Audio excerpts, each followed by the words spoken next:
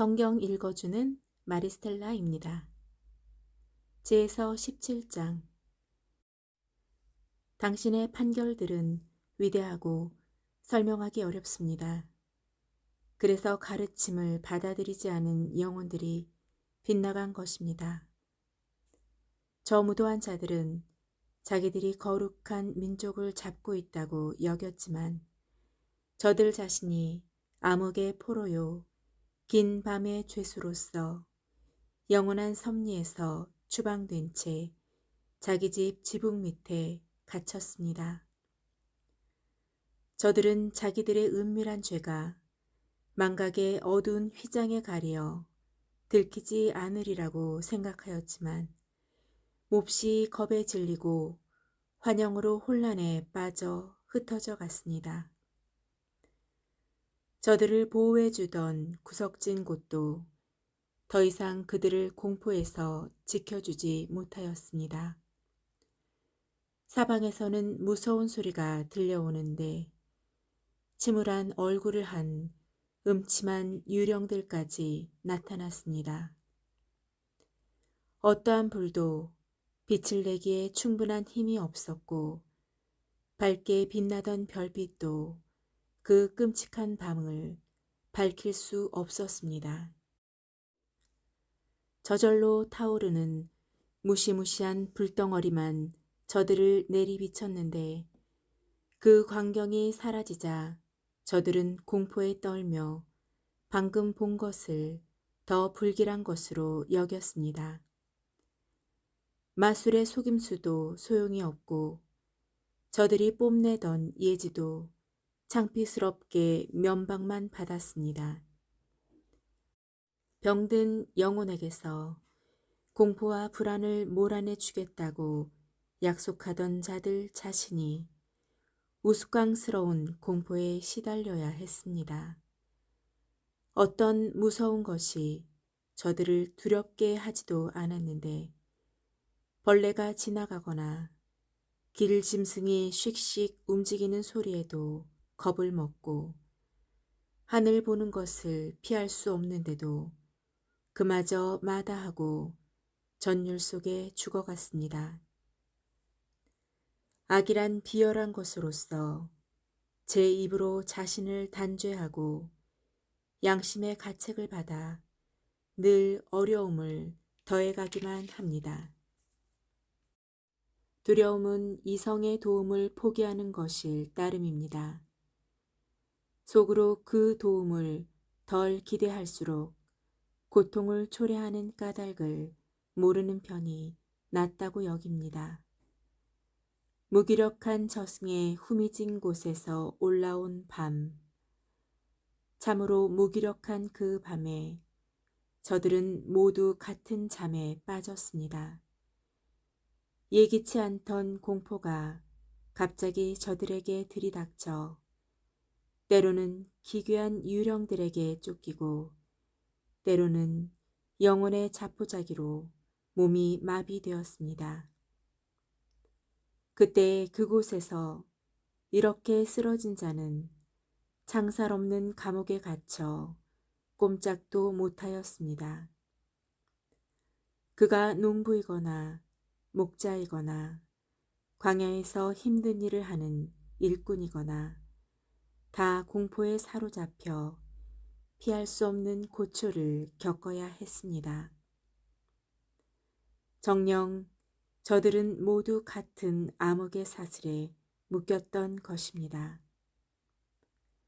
바람이 부는 소리에도 길게 뻗은 가지에서 들리는 아름다운 새소리에도 장단 맞추어 세차게 흐르는 물소리에도 굴러떨어지는 바위들의 요란한 소리에도 뛰어다니는 동물들의 보이지 않는 다름질에도 아주 사나운 야수들의 으르렁거리는 소리에도 산골짜기에서 울려오는 메아리 소리에도 저들은 공포에 질려 몸이 마비되어 버렸습니다.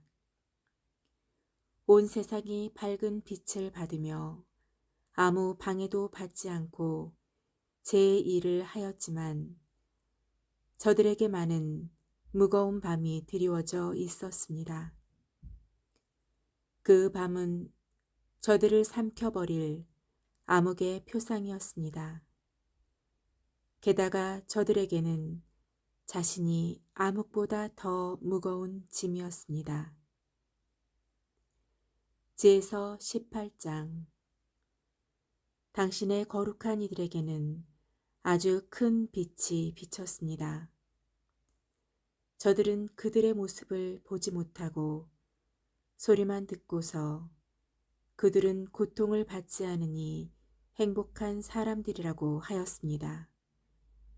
또 전에 학대를 받았으면서도 지금 자기들에게 해를 끼치지 않음을 고맙게 여기면서 그들과 사이가 좋지 않았던 것에 대하여 용서를 청하였습니다. 당신께서는 그들에게 암흑 대신에 타오르는 불기둥을 전혀 모르는 여행길의 인도자로 영광스러운 이주길에 해롭지 않은 태양으로 주셨습니다. 그러나 저들은 빛을 빼앗기고 암흑 속에 갇혀 마땅한 자들로 율법이 지닌 불멸의 빛을 세상에 전해줄 당신의 자녀들을 붙잡아 두었던 자들입니다. 저들이 거룩한 이들의 아기들을 죽이려고 하였을 때 아이 하나만 버려졌다가 살아남았습니다. 그래서 당신께서는 저들을 벌하시려고 저들의 수많은 아이를 없애시고 저들까지도 다 함께 거센물로 파멸시키셨습니다.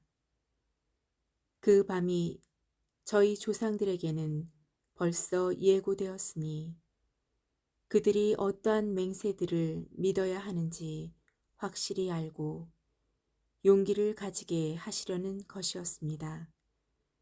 그리하여 당신의 백성은 의인들의 구원과 원수들의 파멸을 기대하였습니다. 과연 당신께서는 저희의 적들을 처벌하신 그 방법으로 저희를 당신께 부르시고 영광스럽게 해주셨습니다.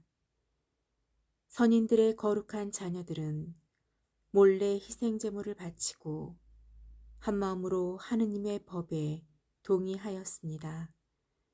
그 법은 거룩한 이들이 모든 것을 다 같이 성공도 위험도 함께 나눈다는 것입니다.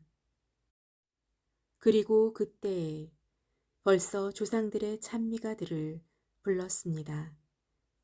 다른 쪽에서는 귀에 거슬리는 원수들의 절규가 메아리 치고 자식을 잃고 통곡하는 애처로운 소리가 울려 퍼졌습니다. 저들은 종이건 주인이건 같은 징벌을 받고 평민이건 임금이건 같은 고통을 받았으며 모두 같은 모양으로 죽어 죽음을 헤아릴 수조차 없었습니다. 귀중하기 짝이 없는 저들의 소생들이 한순간에 죽임을 당하여 그들을 묻어줄 산 사람조차 충분하지 않았습니다. 저들은 유술의 마음을 빼앗겨 아무것도 믿지 않았지만 자기들의 맏아들들이 죽은 것을 보고 그 백성이 하느님의 자녀들임을 인정하였습니다. 부드러운 정적이 만물을 뒤덮고 시간은 흘러 한밤중이 되었을 때 당신의 전능한 말씀이 하늘의 왕좌에서 사나운 전사처럼 멸망의 땅 한가운데로 뛰어내렸습니다. 그는 당신의 단호한 명령을 날카로운 칼처럼 차고 우뚝 서서 만물을 죽음으로 가득 채웠습니다. 그가 땅 위에 서니 하늘까지 닿았습니다. 그러자 곧바로 무서운 꿈 속에서 환상들이 나타나 저들을 혼란에 빠뜨리고 예기치 않던 공포가 저들을 덮쳤습니다. 저들을 반죽음 상태로 여기저기 쓰러진 채 왜 그렇게 죽어가는지 알게 되었습니다. 저들을 불안하게 한 그 꿈이 저들에게 앞일을 예고하여 저들이 그토록 고통을 받는 이유도 모르는 채 파멸하지 않게 한 것입니다. 의인들도 죽음을 겪었습니다. 광야에서 많은 이가 재난을 당하였습니다. 그러나 진노가 오래 가지는 않았습니다. 흠없는 사람 하나가 그들을 보호하는 투사로 뛰어들어 자기 직무의 방패, 곧 기도와 속죄의 분향을 들고 나왔습니다. 그는 그 분노에 맞서서 재앙의 끝을 내고 자기가 당신의 종임을 드러내었습니다. 그가 그 격분을 이겨낸 것은 육체의 힘도 아니고 무기들의 효력도 아니었습니다. 조상들에게 주어진 맹세와 계약을 상기시키면서 말씀으로 징벌자를 누그러뜨렸습니다.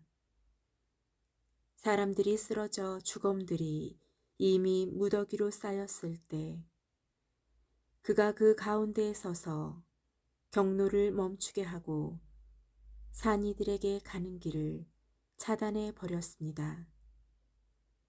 발까지 닿는 그의 옷에는 온 우주가 그려져 있고 넋줄로 박은 보석에는 조상들의 영광스러운 이름이, 그의 머리쓰개에는 당신의 위대함이 새겨져 있었습니다.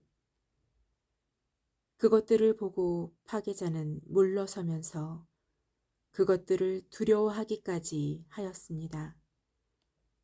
의인들은 진노를 겪어보는 것만으로도 충분하였던 것입니다. 당신이 최고입니다.